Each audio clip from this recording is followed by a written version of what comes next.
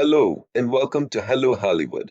If you're new on this video, please like and subscribe. So without wasting any time, let's start. तो आज की हमारी movie है senseless. तो कहानी की शुरुआत में हम एक डेरिन नाम के लड़के को देखते हैं जो कि स्टैनफोर्ड यूनिवर्सिटी में पढ़ता था, लेकिन उसे कुछ पैसों की तंगी थी, इसलिए वो पार्ट टाइम में कॉलेज के नए स्टूडेंट को पूरे कॉलेज का टूर करवाता था और कॉलेज के प्रोफेसर को पैकेट डिलीवर करता था। और अब पूरा दिन काम करके डेरिल अपने घर में सोया होता है और तभी उसे उसकी माँ का कॉल आता है और उसकी माँ उससे पूछती है कि तुम्हें जॉब कब तक मिल जाएगी। और डेरिन कहता है कि आप फिक्र मत करो, मुझे कॉलेज खत्म होते एक अच्छी प्लेसमेंट से जॉब लग जाएगी। अब यहाँ पर डेरिल की मॉम डेरिल को अपने घर के बिल के बारे में बताती है, जिसे सुनकर डेरिल परेशान हो जाता है क्योंकि उसके पास ज्यादा पैसे नहीं थे, लेकिन वो अपनी माँ को भी नाराज नहीं करना चाहता था, इसलिए वो बिल ऑनलाइन पे कर देता है। अब इसके कुछ समय बाद डेरिल को अपने कॉलेज से कॉल आता है क्योंकि उसने कॉलेज की फीस जमा नहीं करी थी। तब वो किसी तरीके से बहाना बनाकर उन्हें समझा देता है और अब वो इस पैसे की प्रॉब्लम को सॉल्व करने के लिए पैसों का इंतजाम करने चला जाता है, पर उसे कोई रास्ता नजर नहीं आता, इसलिए वो अपना ब्लड देके पैसा कमाता है। और यहाँ पर उसे पैसे की काफी जरूरत थी, इसलिए वो अपना नाम बदलकर 3 से 4 बार खून दे देता है, अब जिसकी वजह से उसे चक्कर आ जाता है। पर अभी भी डेरिल पूरे पैसे जमा नहीं कर पाया था। अब अगले सीन में डेरिल तक कर बैठा होता है, तभी डेरिल का दोस्त उसे आकर बताता है कि मुझे हॉकी की स्कॉलरशिप मिली है, और वो कहता है कि इसलिए मैंने आपसे तय किया है अब से मैं कोई गलत काम नहीं करूंगा, ना ही मैं मीट खाऊंगा, ना ही मैं ड्रिंक करूंगा, और ना ही मैं किसी लड़की के साथ घूमूंगा, और मैं अब सुधर चुका हूँ। तब डेरिल उससे कहता है कि तुम ये सब ज्यादा दिनों तक नहीं कर पाओगे। अब यहाँ पर डेरिल अपनी एक दूसरी जॉब पर जाता है जो कि एक रेस्टोरेंट में होती है, और वहाँ पर उसे अपने कॉलेज की एक लड़की दिखाई देती है, जिसे देखते डेरिल उसे पसंद करने लगता है। अब अगले सीन में डेरिल अपने कॉलेज में होता है और वो जिस कंपनी में प्लेसमेंट लेना चाहता था उस कंपनी के एचआर वहाँ पर आए हुए थे, और वो बताता है कि तुम्हारी क्लास से 5 स्टूडेंट चुने जाएंगे जो कि एकेडमिकली काफी अच्छे होने चाहिए और साथ ही साथ में वो स्पोर्ट्स में भी अच्छे होने चाहिए, और आगे हम उन 5 में से किसी एक को चुनेंगे जिसे हम जूनियर एनालिस्ट की जॉब पे रखेंगे। और आगे अब कंपनी का पुराना एम्प्लॉय स्टूडेंट से कुछ क्वेश्चंस करता है और वो पूछता है कि हम मार्केट में ऊपर है और हमारा कंज्यूमर भी हमसे खरीद रहा है, फिर भी कंपनी का प्रॉफिट कम है, आखिर हम प्रॉफिट बढ़ाने के लिए क्या करना चाहिए। और तब उन्हीं में से एक स्टूडेंट स्कॉट कहता है कि हम कंपनी के नीचे की लेबर फोर्स को कम कर देंगे जिससे कि प्रॉफिट बढ़ जाएगा, लेकिन डेरिल इस बात पर आर्ग्यू करता है और वो कहता है कि मैं इस बात से सहमत नहीं हूँ, क्या मैं लेबर फोर्स को कम कर देना चाहिए क्योंकि ये काफी ज्यादा गड़बड़ कर देगा,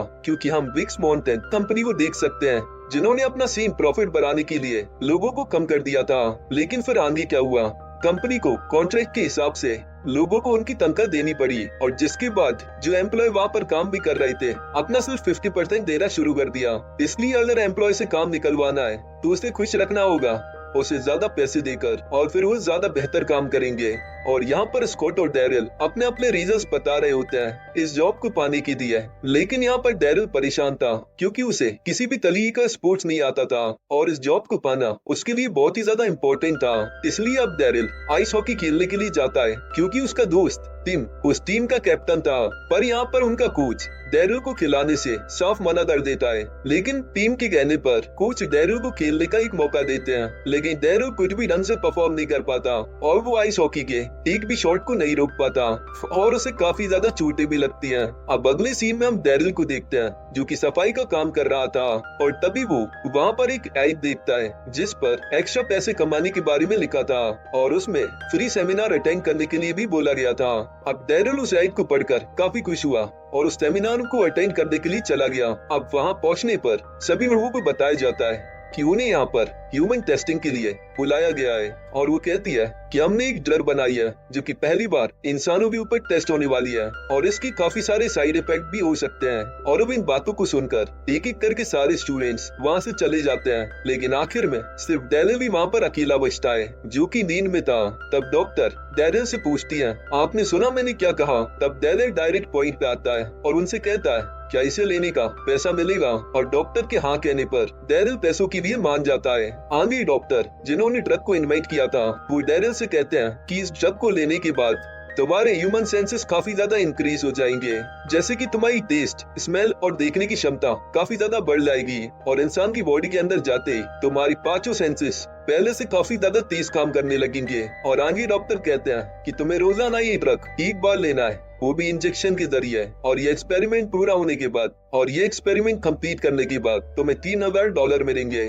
अब अगले दिन डेरिल अपनी कॉलेज पार्टी में जाने के लिए अपने दोस्त टिम से पूछता है, लेकिन उसका दोस्त टिम वहां जाने से मना कर देता है। जिसके बाद डेरिल अकेला ही उस पार्टी में चला जाता है, जहाँ पर उसे वही लड़की जेनिस दिखाई देती है जिससे कि वो पहले मिला था। और उसे पहले ही नजर में देखते हुए वो उसे पसंद करने लगा था। और अब यहाँ पर डेरिल जेनिस से बातें करने लगता है और उस पार्टी को एंजॉय करने लगता है। लेकिन उस पार्टी में स्कॉट भी होता है, जो कि डेरिल को वहाँ पर देखकर सभी के सामने उसका काफी मजाक उड़ाता है। वो कहता है, यहाँ पर क्लास मॉनिटर है, रेसलिंग चैंपियन है, और तुम हम लोगों के सामने यहाँ पर फिट नहीं बैठ रहे हो। अब ये सुनकर डेरिल परेशान होकर उस पार्टी से चला जाता है। और अब घर आने के बाद जब डेरिल उदास होता है तो वो डॉक्टर की दी हुई ड्रग को अपने अंदर इंजेक्ट कर लेता है। अब अगले दिन सुबह सभी स्टूडेंट का कंपनी की जॉब के लिए एग्जाम होता है, जिसमें कि डेरिल भी कॉलेज जाता है और उस एग्जाम देने की तैयारी करता है। लेकिन उसी वक्त ट्रेव अपना असर दिखाने लगता है, जिस वजह से डेरिल के सेंसेस और भी ज्यादा तेजी से काम करने लगते हैं, जिससे कि वो काफी ज्यादा डिस्टर्ब हो जाता है। और उसे वहाँ पर हर छोटी से छोटी आवाज परेशान करने लगती है, जैसे कि पेन चलने की, घड़ी चलने की। और डेरिल को अपने आसपास काफी ज्यादा बदबू आने लगती है और डेरिल अपने सेंसेस को काबू नहीं कर पाता। और डेरिल सभी को चिल्लाता है कि अपनी आवाज बंद करो। और वो एग्जाम हॉल से सीधा जाकर डॉक्टर वीडन को अपनी परेशानी बताता है, जिन्होंने वो ड्रग बनाया था।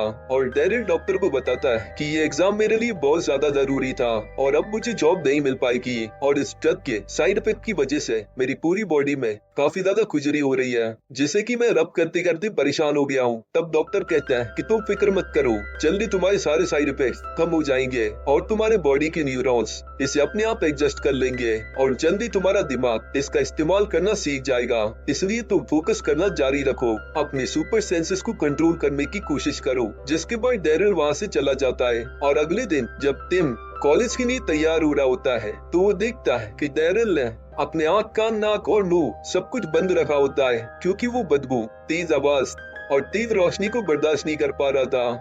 और डेरिल टिम से कहता है कि मुझे ठीक नहीं लग रहा है और शायद मुझे अब वो जॉब भी नहीं मिलेगी। और अब कुछ समय ऐसे ही रहने के बाद डेरिल फोकस करने की कोशिश करता है और वो अपने सेंसेस पे कंट्रोल करने की कोशिश करता है। और कुछ प्रैक्टिस के बाद वो इसमें कामयाब हो जाता है और उसके सेंसेस औरों के मुकाबले 10 गुना ज्यादा तेज काम करने लगते हैं। उसे छोटी सी छोटी चीज करीब से दिखाई देने लगती है। और यहाँ पर कंपनी अपने 5 फाइनल स्टूडेंट्स को पार्टी देती है, जहाँ पर उन स्टूडेंट्स के परिवार वाले भी मौजूद थे। और डेरिल भी वहाँ पर एक वेटर का काम कर रहा था।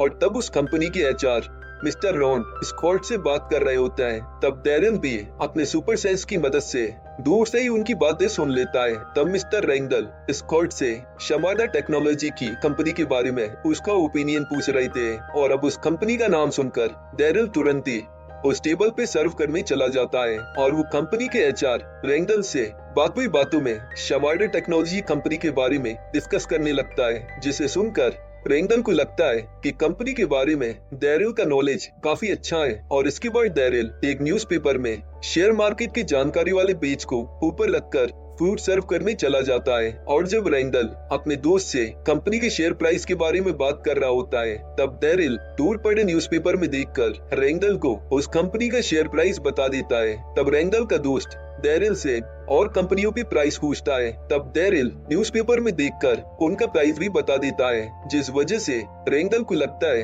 कि हाल फिलहाल के सारे स्टॉक्स की जानकारी डेरिल को ऑलरेडी है, जिस वजह से वो डेरिल से बहुत ज्यादा इम्प्रेस हो जाते हैं। और आगे वो डेरिल से जाके पूछते हैं कि आखिर क्या वजह है कि इतने क्वालिफाइड होने के बावजूद तुम कंपटीशन में फेल हुए। तब डेरिल उन्हें बताता है कि मेरी आर्थिक स्थिति अभी कमजोर है, जिस वजह से मुझे 4 से 5 नौकरियां करनी पड़ती हैं, इसलिए मैं एग्जाम ठीक से नहीं दे पाया। तब मिस्टर रेंडल उसे खुश होकर बताते हैं कि दरअसल हम 5 फाइनलिस्ट को ही शामिल कर सकते हैं, पर तुम्हारी काबिलियत देखकर हमने ये फैसला बदल लिया है और तुम हमारे 6ठे फाइनलिस्ट हो। और इस बात को सुनकर डेरिल बहुत ही खुश हो जाता है।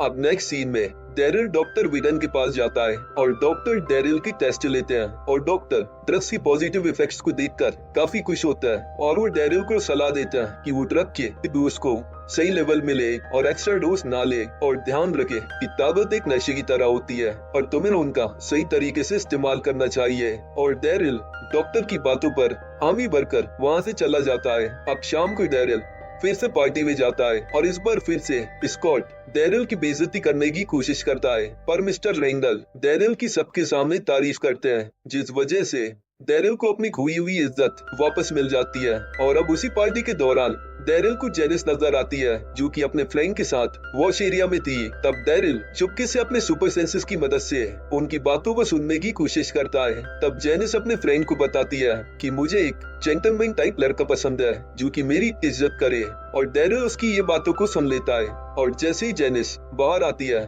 उसकी मुलाकात डेरिल से होती है और वहाँ पर डेरिल एक जेंटलमैन की तरह बर्ताव करने लगता है और जेनिस को भी ये सब बहुत पसंद आता है। और इसके बाद डेरिल जेनिस को उसकी घर छोड़ने जाने लगता है और वो लोग बात करते हुए जा रहे थे और तभी अचानक डेरिल को स्मेल आती है और उसे पत्तों की ढेर में एक गुलाब का फूल मिल जाता है, जिसे देखकर वो जेनिस से कहता है कि कई बार ऐसा होता है कि हमें सबसे अच्छी चीज अनचाही जगह पर ही मिलती है। और कुछ इसी तरीके से डेरिल अपने सेंसेस की मदद से जेनिस को अपनी बातों से रुबा लेता है और जेनिस भी ये देखकर बहुत ही खुश होती है। और आनी डेरिल जेनिस को डिनर के लिए इनवाइट करता है और जेनिस भी हाँ कर देती है। और अब आगे डेरिल अपना अगला ड्रग डोज लेता है। अब अगले सीन में डेरिल अपनी आइस हॉकी की प्रैक्टिस में जाता है जहाँ पर वो आज सभी शॉट्स को रोक लेता है, जिसे देखकर कोच बहुत ही खुश हो जाते हैं। और आगे आइस हॉकी मैच होता है और इस मैच में डेरिल बहुत अच्छा प्रदर्शन करता है और अपोजिट टीम का एक भी गोल होने नहीं देता।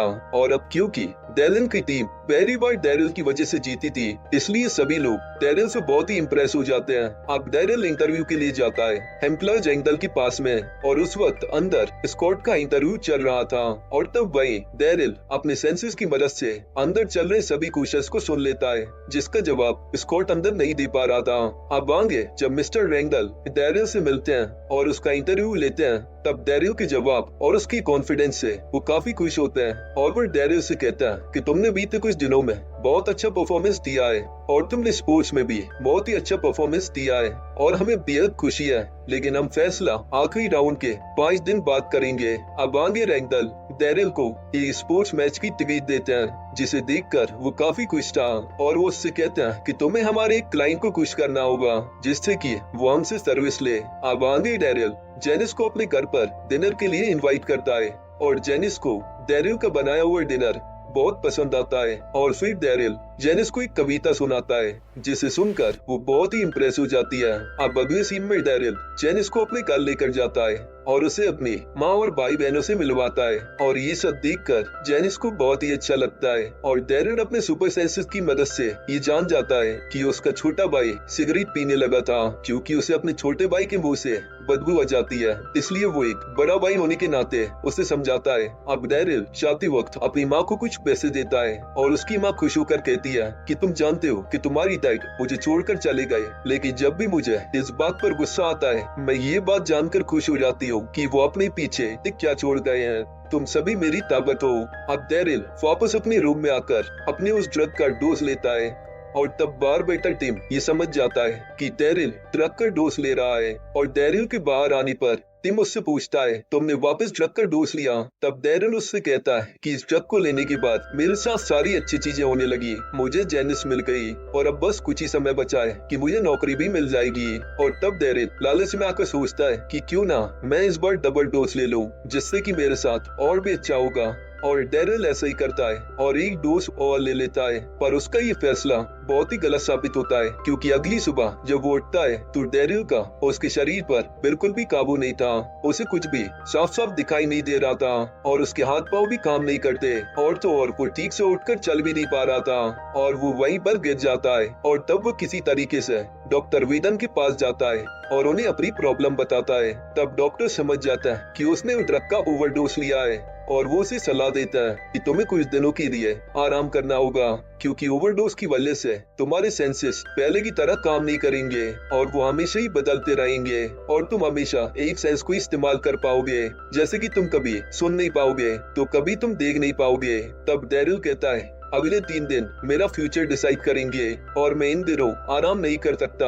तब डॉक्टर उसे बताते हैं कि कुछ ही दिनों में तुम्हारी बॉडी से वो ड्रग अपने आप निकल जाएगा, लेकिन तब तक तुम्हें अपने आप को संभालना होगा। अब डैरिल मैच देखने के लिए जाता है और वहाँ पर वो क्लाइंट भी मौजूद होता है, पर डैरिल के सेंसेस काम नहीं कर पाते, जिस वजह से वो अजीबोगरीब हरकतें करने लगता है। जिसके बाद डैरिल को दिखाई देना भी बंद हो जाता है और वो क्लाइंट की जगह एक प्लेयर से बात करने लगता है और वो उसी प्लेयर से उसी की टीम की बुराई करने लगता है और तब प्लेयर डैरिल को मारता है। पर डैरिल की इन हरकतों की वजह से क्लाइंट उसके ऊपर काफी ज्यादा हंसता है और काफी खुश हो जाता है और आगे ड्रेंगर डैरिल को बताता है कि क्लाइंट कल पेपर पर साइन कर देगा, पर अब तुम्हें स्पोर्ट्स आइस हॉकी में भी अच्छा परफॉर्म करना होगा। और आगे डैरिल जब अपने घर पर होता है तभी वहाँ पर कॉलेज की खूबसूरत लड़की लॉरेन वहाँ पर आ जाती है और लॉरियल डैरिल से कुछ कहती है, लेकिन डैरिल को लॉरियल की बात सुनाई देना बंद हो जाती है और उसे कुछ समझ नहीं आता और उसे दिखाई देना भी बंद हो गया था। तब लॉरियल डैरिल के साथ इंटीमेट होने की कोशिश करती है, पर डैरिल की हालत ठीक नहीं होती और वो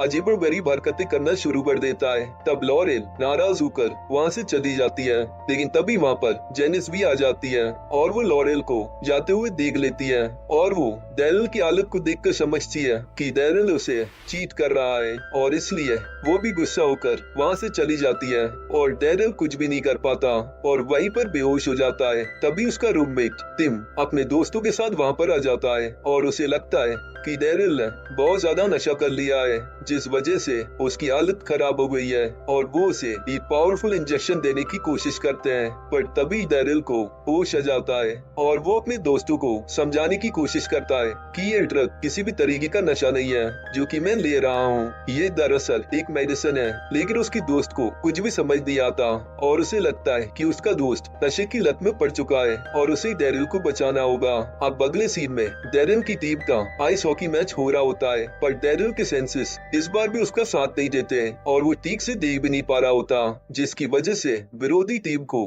कई सारे पॉइंट्स मिल जाते हैं और डैरिल की टीम बुरी तरीके से मैच हार जाती है।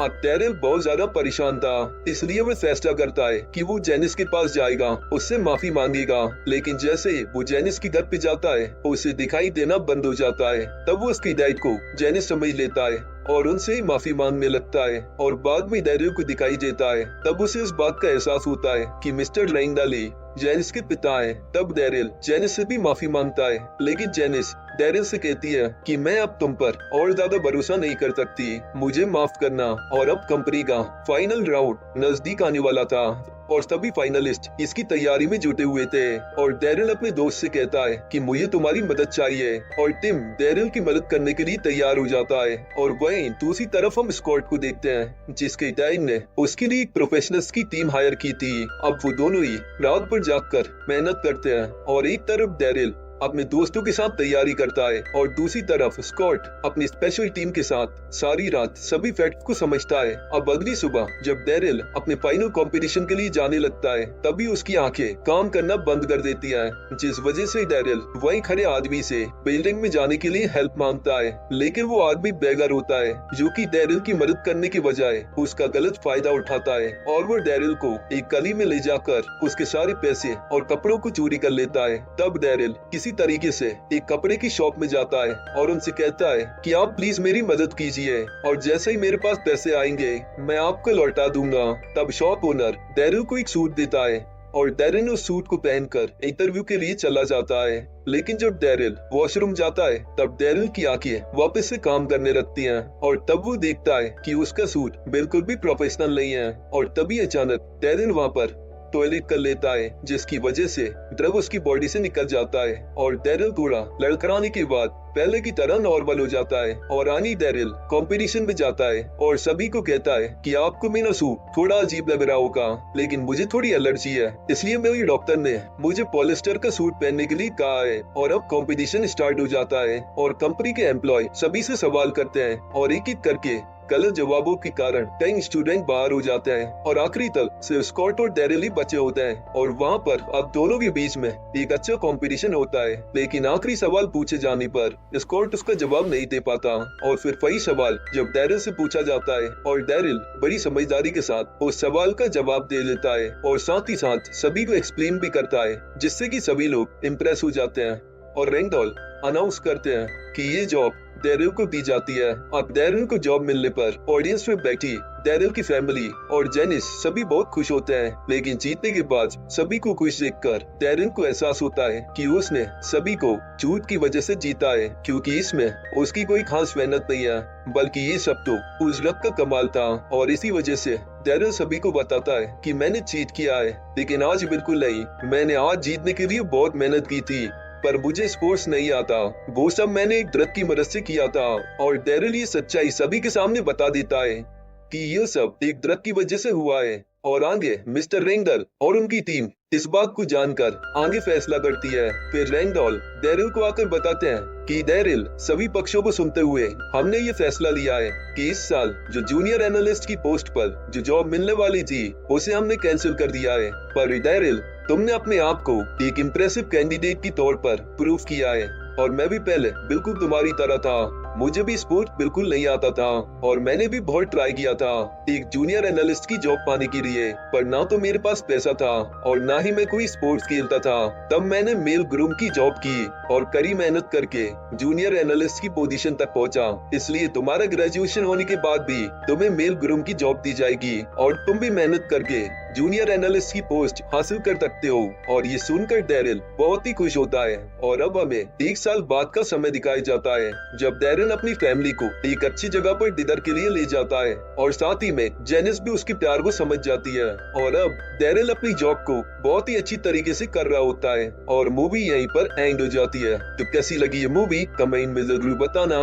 मैं मिलता हूँ आपसे एक और नई कहानी के साथ, तब तक के लिए गुड बाय।